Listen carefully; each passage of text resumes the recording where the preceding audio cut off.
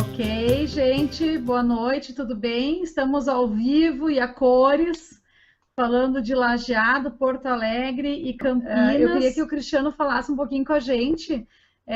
Conta um pouquinho para a gente o que é o IEL, assim, que as pessoas conhecem o Senai, SESI, Sebrae, e o IEL às vezes não é tão conhecido, apesar de ser um dos institutos bem antigos até dentro do Sistema S, né, Cristiano? Isso aí, o IEL é o filho mais novo, assim, vamos dizer, do sistema indústria. O sistema indústria compreende SESI, Senai, e o Instituto Evaldo Lodge. SESI está fazendo 70 anos esse ano, está de aniversário. E o IEL foi criado em 69, então tem quase, né, que ele está fazendo agora. É o mais novinho assim, mas nem tanto. Como tu bem falaste, o IEL faz parte é primo irmão do SESI e do Senai, e a gente atua muito na complementariedade das ações do SESI e do Senai, principalmente do Senai, que tem um viés mais da inovação, da tecnologia também, e o IEL apoia essas casas através das ações de inovação na gestão. Ele foi criado, na sua essência, a origem do IEL, para fazer a interlocução entre universidade e empresa. Para quê? Para levar os estudantes para as indústrias, para que pudessem atuar nas indústrias. Daí nasceu os programas de estágio. Então, o IEL foi um dos percussores nos programas de estágio, fazendo essa interlocução universidade-indústria, levando talentos para que pudessem desenvolver seus projetos lá. Então, o IEL também é um agente integrador de estágio, na sua essência. Ele existe em todos os estados da federação. Ele tem uma preocupação muito grande com isso também, de fazer essa ponte, né? Levar os estudantes para que possam aplicar o conhecimento que aprendem na universidade dentro das indústrias. Esse é um dos nossos objetivos.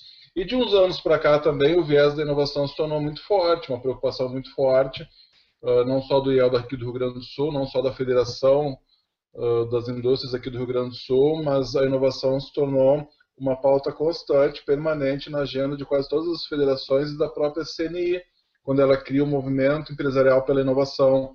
Empresários empenhados em levar a inovação para as empresas, buscar conhecimento, buscar fomento para poder desenvolver seus projetos, e aí o IEL entra num papel bem importante nisso, de qualificar. No primeiro momento foi de sensibilizar para a inovação, o que é inovação. A gente via muito a questão da qualidade, a qualidade era super importante, ainda é super importante, mas a inovação era meio deixada de lado. Só que hoje, nos tempos que a gente vive, a inovação se tornou fundamental. Mas, como inovar? Então, o IEL está aí para apoiar os programas de gestão para inovação. O Senai tem uma pegada muito forte na questão da inovação tecnológica, apoiando as indústrias a desenvolver seus projetos também de inovação. O SESI trabalha muito mais na questão da inovação social, porque tem essa preocupação muito grande com a qualidade de vida do trabalhador da indústria. Então a gente atua muito na complementaridade de uma casa complementando as ações das outras casas. A gente atende a gente atende muito demandas do SES, do Senai também, para que a gente possa, enfim, né, tornar as empresas industriais mais inovadoras, que elas possam desenvolver mais, que elas possam contribuir mais e melhor com a economia, enfim, fazer a roda da economia girar, essa é a nossa preocupação. É muito Será que eu bacana, né? expliquei? Porque lembrando a todos, né, que o sistema S não é do governo, ele é mantido pelo imposto compulsório que as indústrias ou o serviço, no caso do Senac, né, do Sistema S de Comércio, paga. Então é legal que já está previsto dentro do planejamento estratégico das empresas, assim, num escopo mais macro, né, o apoio à inovação. Então, eu acho que a gente tem, assim, o Brasil tem tudo na mão, a faca e o queijo, para fazer mais inovação, inclusive dentro da indústria de alimentos, né, Cristiano? Sim, com certeza. Existem muitas políticas para inovação. Claro que a política interfere muito, existe um momento atual de crise, não só no país, mas no resto do mundo, e isso impacta diretamente a gente. Mas, historicamente, aqui na última década, sempre teve algum recurso para inovação, mas demanda as empresas criarem projetos também inovadores para buscar esse recurso. Nem sempre é tão fácil buscar esse recurso, apesar dele existir. Então, o IEL e o Senai e o SESI também têm essa missão de auxiliar as empresas a buscar esse recurso. E o IEL, muitas vezes, ajuda a construir os projetos de inovação das empresas, para que elas busquem esse recurso, tirem seus projetos da gaveta ou criem projetos inovadores. Esse é um dos nossos objetivos fortes também. Eu estou muito dessa forma. Tá bom, já demos os nossos 5, no caso 7 minutos iniciais, né? Que dá o tempo do pessoal aí se acomodar. Então, todo mundo que já entrou, oficialmente sejam bem-vindos. A gente tem um prazer em fazer esses eventos online, onde a gente está criando aí um conhecimento a respeito de inovação, empreendedorismo, alimentos, né? É muito bacana que a gente tenha podido, ao longo dessas semanas aí, enxergar tantos aspectos, tantas facetas da inovação. E hoje nós vamos falar com o Cristiano Borges Franco sobre futurismo, mas ele não quer que a gente chame de futurismo, então ele diz para nós chamarmos de um olhar sobre o futuro, né?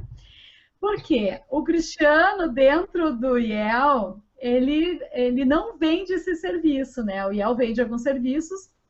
Dentro do IEL, ele é digamos, o consultor dos consultores. Ele oferece essa ferramenta de futurismo para ajudar os consultores que estão lá dentro das indústrias a fazerem as consultorias de inovação. Eu vou ler um pouquinho, só para vocês terem uma ideia, o currículo dele, né? Ele é pós-graduado em Gestão Estratégica e Inovação pela La Salle, que é uma universidade aqui no Rio Grande do Sul. Liderança na La Salle, Madrid, Espanha, e é graduado em Sociologia pela Universidade Regional do Noroeste do Estado do Rio Grande do Sul, a Unijuí. Ele estudou futurismo, pesquisa de tendência e design thinking na Escola de Criatividade Perestroika de Porto Alegre, e ele tem utilizado estes estudos para apoiar a construção de programas de desenvolvimento empresarial e de inovação. Ele atua 18 anos, ou seja, já é patrimônio do sistema Fiergues, com trabalhos no Serviço Social da Indústria, o SESI, na área de educação, e atualmente está no IEL, na área de planejamento, inovação e marketing. Então, detalhes técnicos à parte, eu queria dar as boas-vindas também ao Cristiano, estendendo, a gente vai ter o grande prazer, depois eu vou contar uma surpresa a respeito do Cristiano, que ninguém sabe ainda, mas a gente vai abrir aqui o palco e dar o microfone para ele falar um pouquinho para a gente sobre o que vai ser o futuro do mercado, de modo geral, e de alimentos em particular. Está com você, Cristiano. Legal, obrigado, Cristina. Só complementando um pouquinho e fazendo algumas, não correções, mas assim, o IEL tem uma série de competências ali dentro e a gente procura buscar essa formação também para auxiliar, como tu bem falou, no desenvolvimento dos produtos que a gente oferta para a indústria. Então, nas consultorias que a gente tem nos programas de gestão da inovação, a gente tem um núcleo de inovação lá dentro do IEL, as indústrias sempre demandam o que é a tendência, quais são os cenários para o futuro. Então a gente buscou essa formação, busca constantemente, estuda, por isso que a palavra futurismo é forte, né? Não sou um futurista, longe disso, né? Tenho um conhecimento sobre futurismo a partir de algumas ações que a gente fez de capacitação e desenvolvimento para poder, como tu falaste, subsidiar as ações que a gente desenvolve no IEL, poder para indústrias quando dá necessidade dessas informações a partir das consultorias que a gente dá. Mas o IEL é um conjunto de consultores, uma gurizada jovem, bacana lá, que trabalha focado nisso, focado na inovação e buscando levar esse conhecimento para as indústrias. E eu busquei, então, esse conhecimento também. A Perestroika é uma escola aqui de Porto Alegre, maravilhosa, recomendo para todo mundo, os cursos muito bacanas, e eles têm lá um curso de futurismo, e a gente foi beber nessa fonte também, porque a galera de lá estuda muito, pesquisa muito, viaja muito, para buscar esse conhecimento e poder subsidiar a gente aqui também.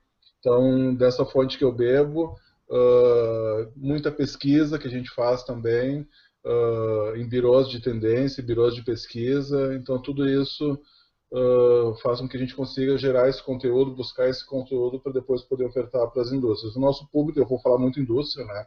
Nosso público prioritário, por ser da Federação das Indústrias, é óbvio, então a gente atende esse público da indústria. Mas assim, entrando então no assunto, né, sem enrolar mais. Algumas das coisas que eu vou falar aqui também são muito opinião minha, tá? Não é uma opinião necessariamente da FIEGS e nem do IEL, tá? Muitas opiniões são minhas. Estava falando antes com a Maria e com a Cristina, não tenho aqui a pretensão de trazer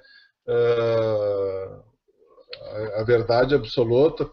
Isso aqui é uma construção de coisas que a gente está enxergando, está vendo, está imaginando, mas eu acho que dá um bom caminho para a gente entender um pouquinho do que vem por aí, né? Do que é o futuro, do que é o futurismo, coisas que estão acontecendo agora, e a gente precisa se dar conta, porque daqui a um pouco isso está impactando nas nossas empresas, e a gente não percebeu, e quando vê, está tendo que correr atrás da máquina de uma outra forma.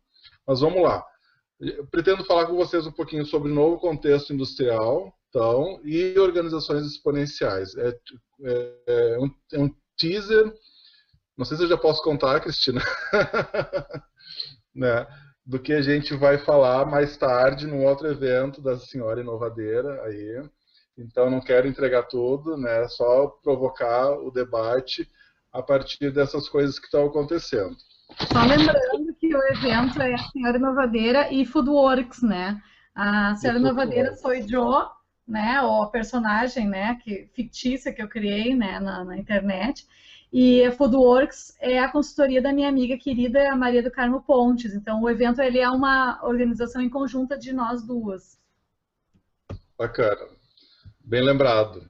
E o IEL teve a grata satisfação de poder ser parceiro também desse evento, que a gente torce para que seja um evento muito bacana, que depender da gente, a gente vai fazer ele muito bacana também. Mas vamos lá, vamos falar deste olhar sobre o futuro, deste olhar para o futuro,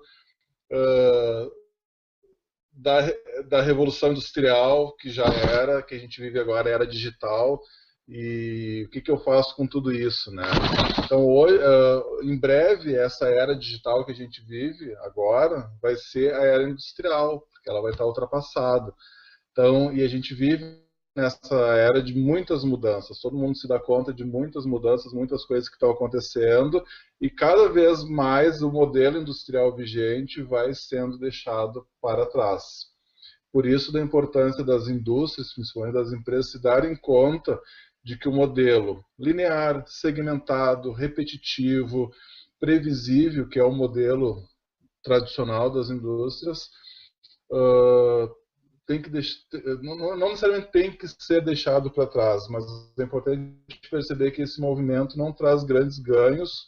Por quê? Porque hoje a gente percebe um movimento de algumas empresas que estão vivendo um outro modelo, estão atuando num outro modelo, que seria o modelo exponencial, de crescimento exponencial.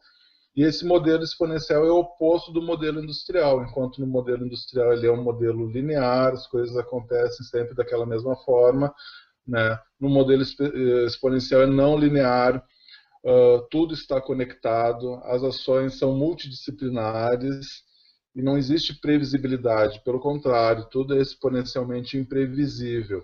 Existe um grande senso de comunidade em torno dessas empresas e movido por um propósito muito claro dessas organizações. Então, a gente fala em propósito, né? O que significa propósito? O que significa ter uma comunidade? Então, são coisas bem importantes que a gente pode debater para entender que novo modelo é esse, que novo modelo exponencial é esse. Um exemplo que a gente traz é que hoje em dia a gente conhece algumas empresas, né? Se eu falar da Apple, da Google, da Coca-Cola, da Microsoft, da IBM, Toyota, Samsung, General Electric, McDonald's, a maioria das pessoas conhece. Acredito que vocês devam conhecer todas elas. Agora, se eu falar o Uber, agora numa outra categoria, né? Uber, Airbnb, Indiegogo, Tumblr, Reddit, GitHub, Kirk, Etsy, Kaggle. Vocês conhecem essas empresas? Algumas, né? Acredito que a maioria, Uber, Uber, algumas, inclusive, eu comecei a usar, assim, tipo, faz umas 2 semanas. viu? Bacana. Pois é, e essas empresas, elas são as 10 maiores, as 10 empresas mais exponenciais. Existe um ranking para medir, com critérios bem estabelecidos, para medir se uma empresa é exponencial ou não. E essas empresas são exponenciais. E elas são as 10 mais exponenciais.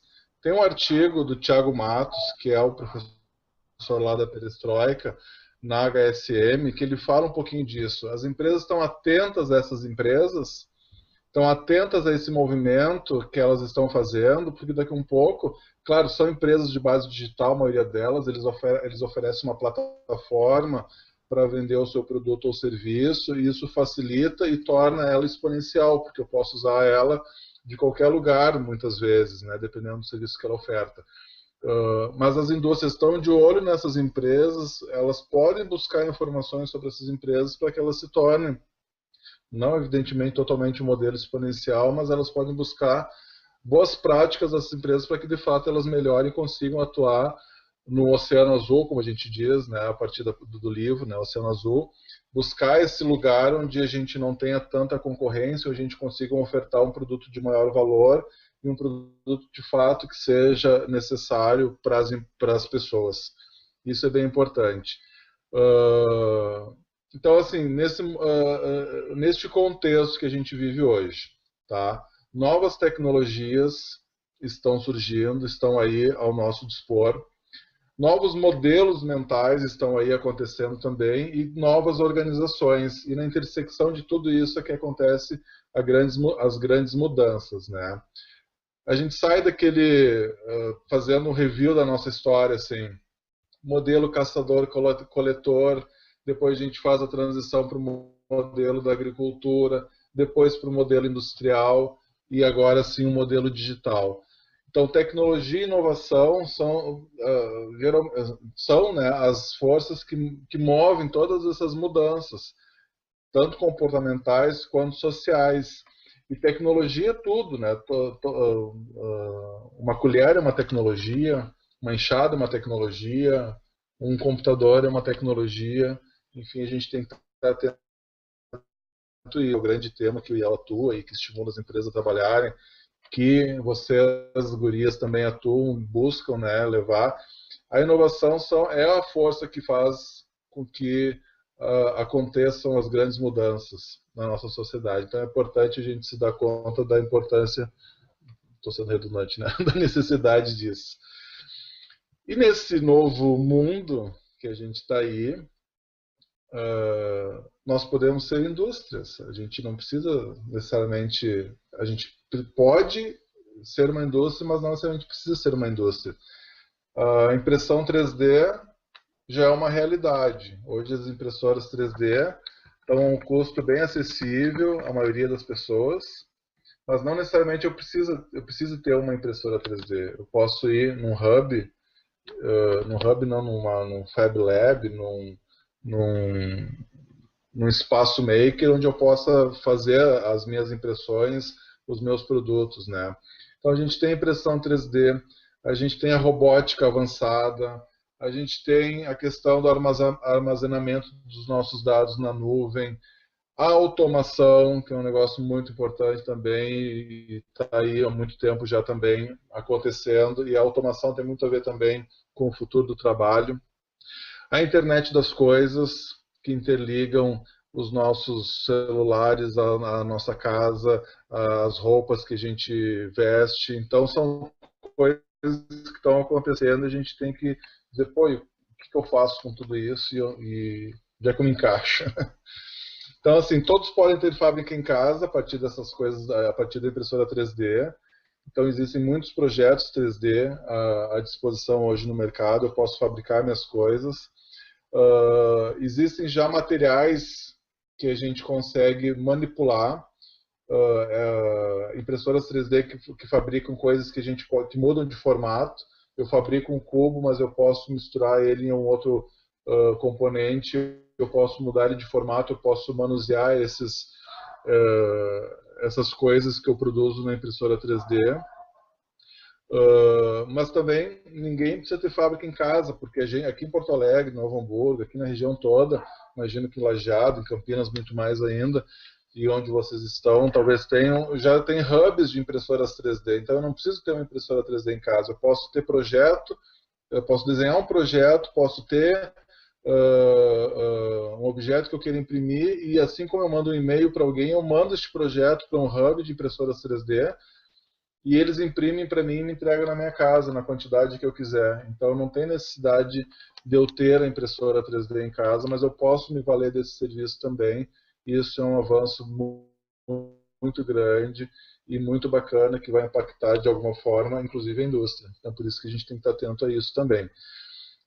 Muitos sites, depois eu posso botar algumas referências também para vocês de hubs de impressoras 3D, de projetos 3D que acontecem, que já existem, que eu não preciso ser um designer, por exemplo, desenhar um produto, eu posso buscar nessas bibliotecas de projetos 3D, alguns gratuitos, outros não, mas a maioria deles sim, né, gratuitos, e adequo, se eu quiser, personalizo ele de alguma forma e encaminho para a impressora 3D.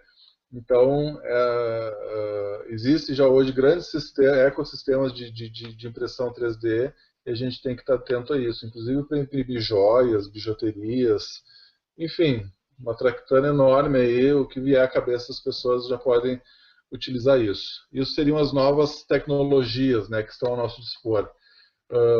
E com isso vem novos mindsets, novos modelos mentais. E um deles que a gente quer destacar, que eu quero destacar aqui, é a questão da ascensão do movimento maker, a partir de um livro que teve o movimento, o The Maker Movement, né, o manifesto do Mark Hatch. Então, hoje existe uma comunidade enorme de pessoas ao redor do mundo associada aos espaços de coworking também. Hoje a gente tem uma série de espaços aqui em Porto Alegre. Óbvio que nos grandes centros também tem, mas eu posso falar mais da realidade daqui, onde as pessoas utilizam esses espaços para cocriação, para colaboração. E essa pegada do movimento maker está muito associado também à questão da sustentabilidade, né, ambiental principalmente, da questão de reduzir o que a gente utiliza, reciclar as coisas. Então faz esse resgate, traz a questão ambiental para perto da, além do movimento maker, que outro modelo mental, que outro mindset também está acontecendo, e vocês agora vão dizer, é mesmo, né? Vou poder dizer. A gente vai ter cada vez mais o acesso às coisas vai ser muito maior do que a posse das coisas, né? Então a gente percebe a questão do aluguel de carros, o próprio Uber, Airbnb. Então eu não preciso ter um apartamento na praia. Eu vou lá e loco quando eu precisar ter. Eu não preciso ter uma bicicleta para me andar, eu vou lá e loco a bicicleta. Esse exemplo da bicicleta eu acho que é o mais comum e mais fácil de entender. Então, cada vez mais a gente vai ver isso presente. É uma realidade em alguns países já, isso está vindo muito forte no Brasil também. Então, principalmente em relação à questão do carro. Então, a gente não vai precisar ter um carro, a gente vai poder alugar um carro e esse carro a gente vai otimizar o tempo dele, inclusive a gente vai poder alocar o nosso carro. Vamos supor que eu preciso do meu carro para ir e voltar do meu trabalho, eu uso ele às 8h30 e depois eu uso às 18 horas. O que esse carro vai ficar fazendo o dia inteiro parado? Então eu posso locar ele para as pessoas que precisam nesse horário. Então, um acesso muito maior que a posse, isso também é um novo modelo que a gente está percebendo. E fechando a questão da TRID, né, novas tecnologias, novos modelos mentais, novas organizações. Que novas organizações são essas que surgem nesse contexto super novo aí para a gente, né? O que eu falava no começo, a gente está saindo um pouquinho do industrial e indo para o exponencial. E a gente tem um case muito bacana, que é da Local Motors, uma fábrica de carro, que ela constrói coletivamente, com a comunidade, os carros, que é uma empresa, uma indústria automobilística, ela não tem mais do que 100 funcionários, porque os projetos são co-criados com as comunidades, com as pessoas. Eles desenham 3 ou 4 projetos de acordo com as necessidades daquela comunidade. Depois a comunidade entre aqueles 3 projetos, qual que eles vão produzir da comunidade da comunidade dizendo que carro ela quer. A comunidade ajuda a desenhar esse ele vai carro. voltar, gente, como no celular dele, porque antes funcionou bem no celular. Oi? Oi, melhorou? 300 vezes, tu não tem noção. Muito melhor. Uau, bom. Né, Cacá? Ficou melhor, né? Tá, então assim, ó, Cristiano, já que você falou várias coisas que acho que se eu menos não peguei aqui, então se você não se importa de repetir, principalmente essa terceira parte que era a partir do movimento maker e aqueles modelos mentais que você falou do acesso às coisas, que é maior do que a posse das coisas, isso eu já me perdi, que era terceiro tripé lá. A gente falou de novas tecnologias, novos modelos mentais, a questão da posse, e depois eu falei então de exemplifiquei um pouquinho um case de uma empresa exponencial que está fazendo a diferença por conta do modelo que ela adotou, que é o case da Local Motors. Tá? É uma empresa dos Estados Unidos que constrói carros, é uma indústria automobilística. Mas o grande diferencial dela é que ela constrói os projetos dela em comunidade. Ela constrói os projetos junto com as pessoas daquela cidade, ela desloca a Local Motors, se instala naquela cidade, constrói projetos em colaboração, a cidade escolhe qual projeto vai ser produzido, eles utilizam os recursos da cidade, tanto dos fornecedores quanto da mão de obra para construir aqueles projetos, e depois aqueles carros que são construídos pela comunidade, eles podem ser comprados de novo pela comunidade. Então eles vão estar sempre, vai possibilitar que a economia gire em torno daquela cidade, desenvolva melhor a cidade e as pessoas tenham o seu carro de acordo com o que elas construíram, com o que elas desejaram. Então isso é um exemplo de uma organização exponencial que tem um apelo muito bacana, que tem um propósito muito claro, de estimular a cocriação, de estimular projetos mais personalizados. E depois eu falei um pouquinho do livro Organizações Exponenciais, de um professor da Singularity, uma universidade lá do Vale do Silício, que é o Salim Ismail, que ele tem um livro que chama Organizações Exponenciais, que detalha bem direitinho quais são as características de uma empresa exponencial, e a principal dela tem um propósito muito claro, e as pessoas enxergam isso e aderem a ela porque acreditam naquele propósito também. Eu acho que isso é fundamental, mais do que a missão que as empresas têm hoje em dia. Acho que as empresas têm que ter um propósito mais claro, um propósito que muitas vezes apaixone e faça com que as pessoas sejam fiéis àquela marca, porque elas acreditam naquele produto, porque entendem que aquele produto é um bom produto. E mais do que o produto, enfim, né, toda a relação que a empresa tem com seus consumidores, com seus clientes, acho que isso é o que mais fortalece a marca. Eu vou, então, assim, ó, eu mandei umas perguntas pro Cristiano por e-mail, mas eu vou surpreendê-lo. Vou mandar uma pergunta agora para ele que ele não estava esperando, mas acho que ele vai responder com tranquilidade. Porque eu não esperava que você fosse falar sobre isso agora e casou com uma coisa que aconteceu essa semana. Uma pessoa me mandou um e-mail. Eu tenho uma coluna que é a Senhora Inovadeira Responde, na qual ela é bem nova, né? Mas eu respondo alguma pergunta que chega para mim na semana por e-mail ou pelo Face, sei lá. E a pessoa me mandou a seguinte pergunta. Pelo que eu entendi, eu acho que essa pessoa ela trabalha em P&D, imagino que ela também faça a parte de arte das embalagens, né? E daí ela falou assim, olha, a gente, né, uma empresa de tradição, uma empresa que tem vários, né, sistemas de qualidade, tem uma reputação, ela tem, né, uma história no mercado. Como é que eu poderia traduzir tudo isso que a empresa tem de história, de reputação, na embalagem do produto, né? E daí agora tu me falaste essa questão do propósito, né? Então eu acho que faz um link entre como a gente imagina hoje que essas coisas são transmitidas e como elas vão ser transmitidas no futuro. O que você poderia falar a respeito aí? Eu acho que mais do que expressar isso na embalagem, ela tem que traduzir o propósito dela em todas as relações que ela tem com o consumidor dela. Tá? A embalagem vai ser um dos aspectos, imagino eu, que vai traduzir isso, uma boa embalagem, enfim, uma embalagem, enfim, não saber exatamente como traduzir isso na embalagem.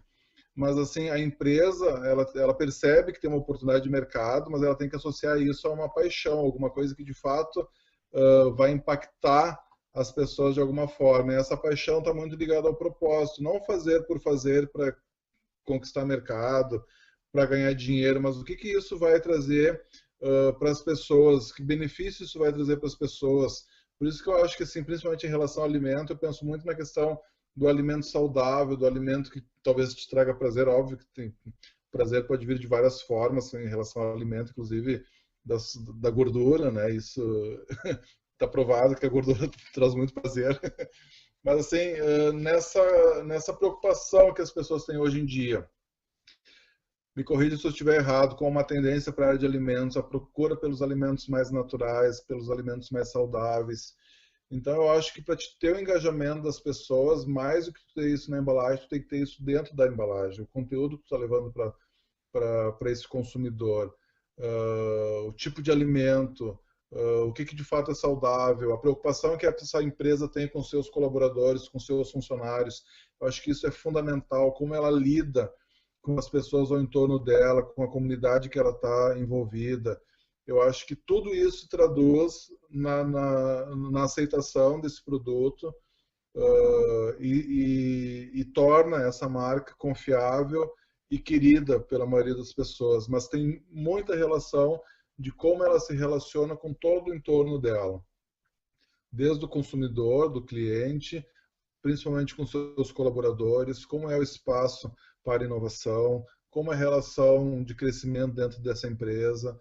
Eu acho que isso é muito importante. A gente vê muito hoje em dia um comparativo, né? Esses dias eu vi um post sobre isso, que tu compra determinada marca, mas junto com essa camiseta, com essa calça, enfim, com esse produto, tu está contratando 20 escravos, por exemplo. Né? A gente sabe de empresas aí que utilizam de trabalho escravo. Então isso pega muito mal, isso é muito errado. Eu acho que não cabe mais nessa nova sociedade, pelo menos eu sou meio romântico em relação a isso, né? Que sociedade é essa que a gente quer? Será que é uma sociedade utópica? Mas eu acho que sim, é possível. E a gente percebe com essas empresas exponenciais que elas têm uma preocupação com o bem, com fazer o bem, entendeu? Mais do que ganhar dinheiro é consequência. Eu acho que tem que fazer o bem, tem que entregar bons produtos, tem que ter uma boa relação com as pessoas. Minha opinião particular é essa. Eu acho que isso é que fortalece uma marca e que faz ela ser acreditada pela maioria das pessoas. E a embalagem pode até ir sem embalagem, pode ir num saquinho plástico, assim, mas aquele produto é maravilhoso porque eles têm uma preocupação com o universo, entendeu? Eu acho que isso que pega. Tá, e daí eu vou fazer, já que você falou de alimentos saudáveis, eu vou puxar uma pergunta que veio no último ou no penúltimo webinar que nós fizemos, que foi com a Natasha Pádua. Você está me escutando bem? Como é que tá? Tá bem? Tá. Maravilhoso. Bom, veio uma pergunta de leitor naquele momento e eu queria assim, ó, a gente não falou muito de tendência, hoje você falou um pouco mais de questão de, né, tecnologias, modelos mentais das empresas, né? Mas no seminário que nós fizemos sobre inovação, o cenário da inovação no Brasil, uma pessoa perguntou o seguinte, dentro dessa tendência de alimentos saudáveis, será que existe futuro para preparados em pó, para alimentos em pó, né? E daí, o que você enxerga? Você acha, por exemplo, que o consumidor vai aceitar produtos cada vez mais industrializados, ou a gente vai fazer uma volta às raízes? Porque a tecnologia está evoluindo, né? Então, assim, o que vai acontecer com os alimentos? Pensando até nesse movimento maker que você falou, que tem muito mais gente cozinhando em casa hoje em dia, voltando a cozinhar, aprendendo a cozinhar, né? Será que a gente vai... Como é que a tecnologia, né, que está em evolução, vai caminhar junto com a comida? O que você enxerga nesse mercado de alimentos em relação a todos esses desenvolvimentos tecnológicos que nós temos? Eu percebo dois movimentos. Tu citaste eles, inclusive. O movimento do retorno às raízes, de eu fazer as minhas próprias coisas, a minha comida, inclusive de eu ter uma horta em casa. Isso sempre foi, as pessoas sempre dizem, como eu gostaria de ter uma horta em casa, como eu gostaria de ter uma alimentação mais saudável. Então, eu acho que sim, existe um resgate por essa preocupação com a saúde, até por conta da quantidade de doenças que a gente tem hoje em dia, e que muitas delas são por conta da origem do que comemos ou da forma como a gente se relaciona com o alimento. Isso é uma tendência muito forte, né, desse resgate ao natural, às coisas orgânicas. Só que eu acho que isso não é para todo mundo. Nunca foi. Uma das grandes preocupações da humanidade foi, assim, alimentar todo mundo. E cada vez mais esse planeta cresce. E como dar conta de levar alimento para todos? Então, o industrial sempre vai ter um papel fundamental. Agora, resta saber o quanto de tecnologia que as empresas vão colocar nesse alimento para que, de fato, ele também seja um alimento saudável, que impacte o mínimo possível negativamente no nosso corpo. E ainda que talvez até possa curar doenças. Então, tem a questão do alimento funcional. Eu acho que a gente tem que ter muito mais inteligência nas indústrias para poder encontrar essas moléculas, essas proteínas, novas proteínas, coisas que nos saciem, talvez, né? O grande problema hoje do mundo meu, inclusive, é a obesidade. Então, que alimento é esse que poderia me ajudar a comer menos, mas me manter saudável ao mesmo tempo? A gente sabe que o alimento, a questão da obesidade tem muito a ver enfim, tem a ver com a mente, eu ia falar, mas nós somos um corpo, nós somos um organismo só e o alimento interage com todo o nosso corpo. Então, na minha opinião, a indústria alimentícia tem que ter essa preocupação, sim. Se vai ser em pó, muito melhor. Tem pessoas que não gostam dos sabores das coisas, dos vegetais, das verduras, dos legumes, então por que não ser um pó? Acho maravilhoso isso, porque ela vai estar se nutrindo de alguma forma sem ter aquela parte que ela não gosta, que é do gosto. Isso vale para qualquer outro alimento.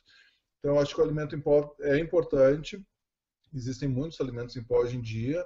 O processo deles, inclusive os astronautas levam alimento em pó lá para a Lua, porque ele é mais fácil de conservar, então também tem essa praticidade com alimento em pó.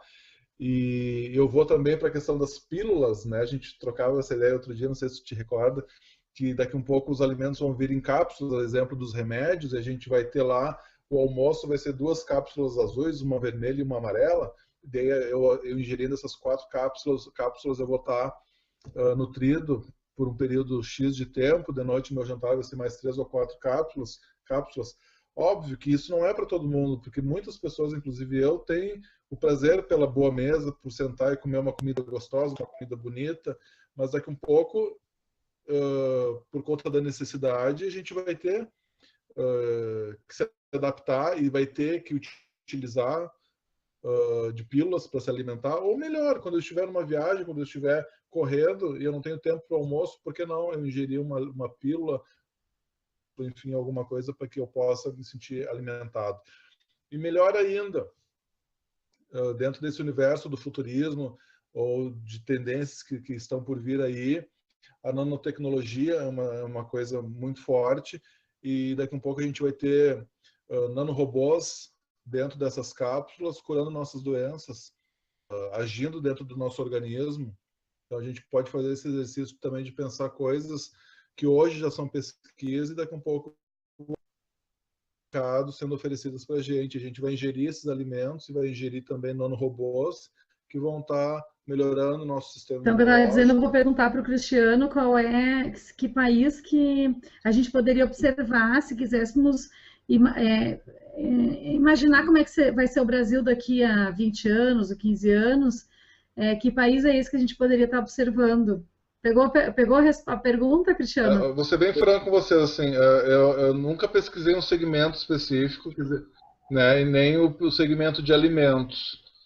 O que eu sei é assim, que os Estados Unidos são ponta, Europa é ponta, Japão é ponta, para muitas coisas, inclusive para alimentos. Talvez o pessoal que seja da área aí, da indústria, possa também confirmar isso para a gente ou não. E eu sempre falo isso, eu acho que a gente tem um delay de no mínimo 20 anos em relação às coisas que estão acontecendo lá fora, e também por conta do aspecto cultural isso demora a acontecer aqui dentro. Mas também tem toda essa questão do movimento pela inovação, da importância das nossas indústrias perceberem a importância da inovação, a importância da pesquisa. A universidade tem um papel fundamental no sentido de transferir tecnologia, de fazer pesquisa e transferir tecnologia para a indústria para que isso vire produto, vire serviço também.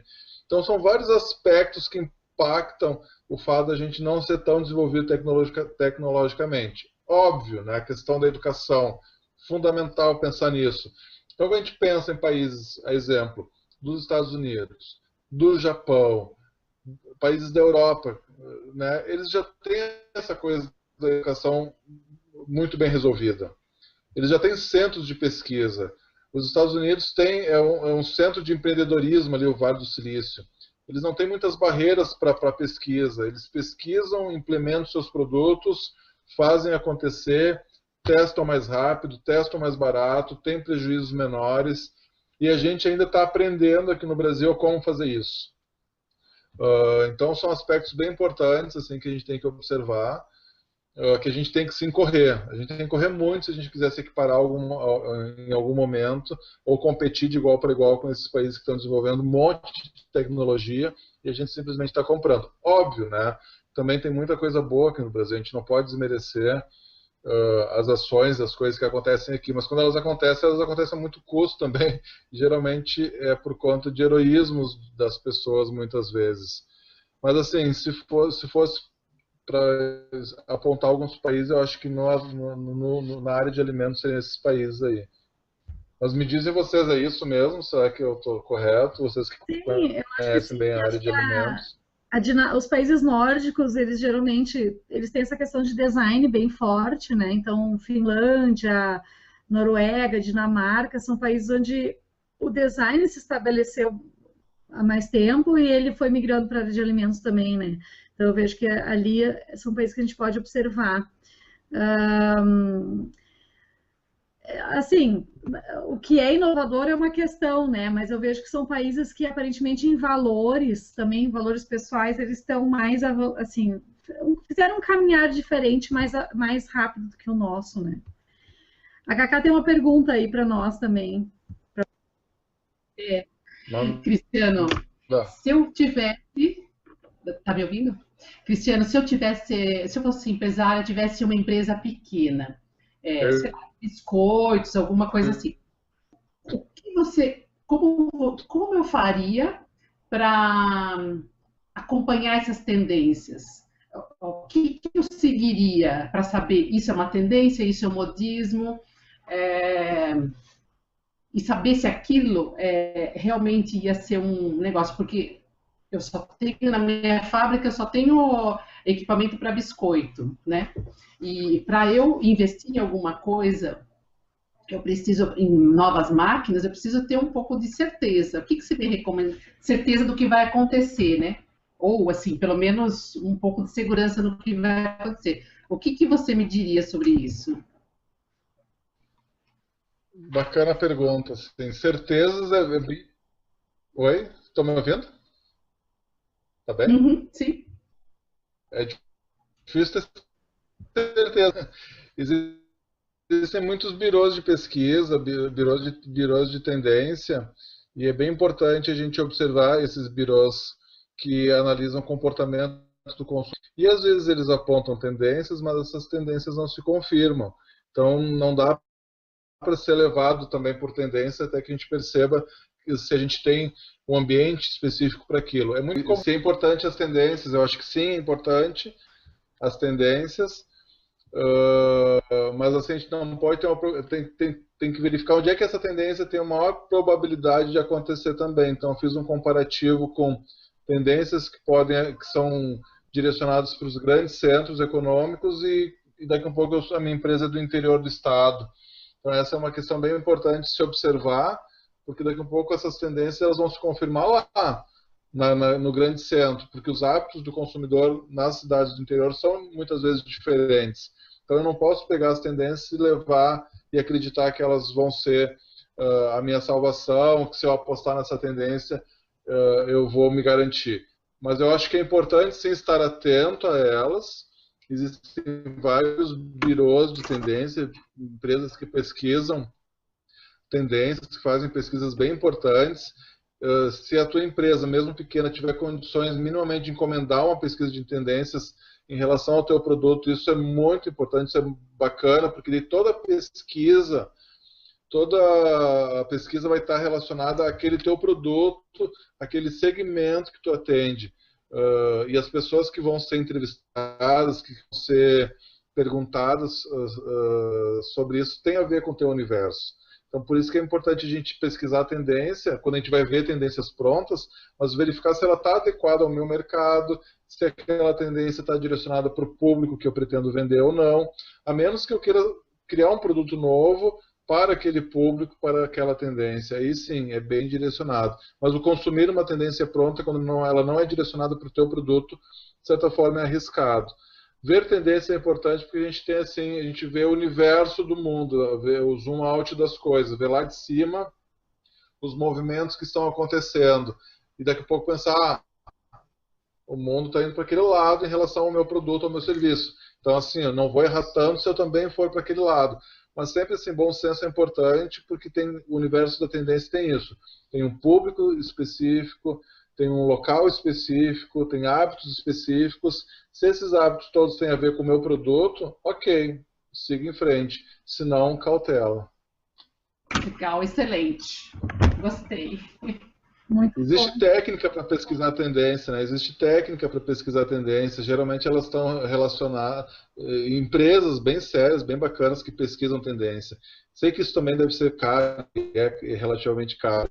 Mas se a empresa tem uma grana para investir no novo produto, pesquisa isso também. Eu acho que é bem legal, dá o norte, orienta e as chances de acerto duplicam, triplicam. Legal, excelente. Tá, muito legal. A gente vai, infelizmente, a gente vai ter que finalizar por aqui. Tivemos uns problemas técnicos. Eu vou pedir muitas desculpas para quem está nos assistindo. Bem ou mal a gente conseguiu chegar lá e passar a mensagem, mas mesmo assim eu peço desculpas para todo mundo. Eu queria então fazer um anúncio, que é o que o Cristiano já queria contar no início, que eu não deixei ele contar, né?